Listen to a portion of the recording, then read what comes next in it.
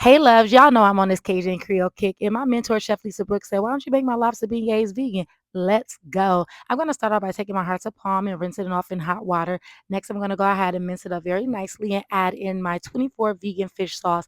Then I'm going to add my Myokos cream cheese to the bowl. Next, I'm going to add a little bit of sugar to it because you know a mascarpone is a little bit sweet. And then I'm going to use my amazing Cajun season that you get by clicking the link in my bio with some garlic powder, onion powder, black pepper, hot sauce, and some chives.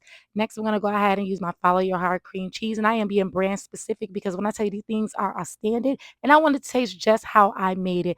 Next, I'm going to go ahead and mix that well and put my filling in the refrigerator for 30 minutes. Then I'm going to take some self-rising flour that I seasoned with my amazing Cajun seasoning. And I'm going to use some Miller Lite beer. Why Miller Lite? Because I'm from Milwaukee. Represent. Next, I'm going to go ahead and get my hearts upon mixture out, scoop it into little balls, and then dip it into my batter. Now, I did about 5 at a time because I want to make sure they stay together, and I dropped it in my oil that's on 350 degrees and cooked it for about 3 minutes until it's a nice buttery golden brown color.